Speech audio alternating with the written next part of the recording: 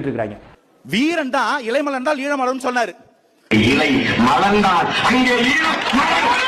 இந்திரா காந்தி எந்த சர்வதேச சட்டத்தை பின்பற்றி பங்களாதேஷுக்கு விடுதலை வாங்கி கொடுத்தாரோ, ராஜீவ் காந்தி எந்த சர்வதேச சட்டத்தை பின்பற்றி இலங்கைக்கு இந்திய ராணுவத்தை அனுப்பினாரோ, அதே சர்வதேச சட்டத்தை பின்பற்றித்தால், அதே தர்ம நியாயங்களை பின்பற்றித்தால், நான் சொல்வதை கேட்கும் மத்திய அரசு அமைந்தால் இலங்கைக்கு இந்திய ராணுவத்தை அனுப்பி அங்கே தனி ஈழம் அமைக்க நடவடிக்கை எடுப்பேன் என்று நான் சொல்கிறேன்.